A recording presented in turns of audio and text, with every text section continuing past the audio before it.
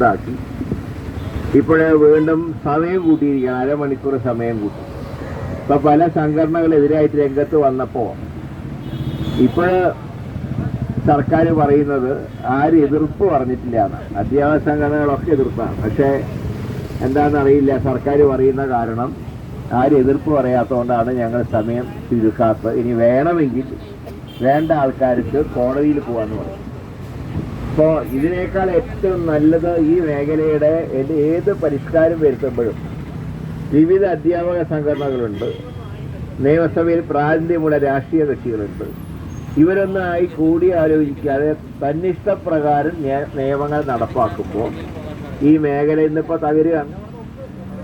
ഇത് കഴിഞ്ഞപ്പോൾ +2 കഴിഞ്ഞ് വിദ്യാർത്ഥികൾ കോളേജിലേക്ക് ചെല്ലുമ്പോൾ അവസ്ഥ എന്താ?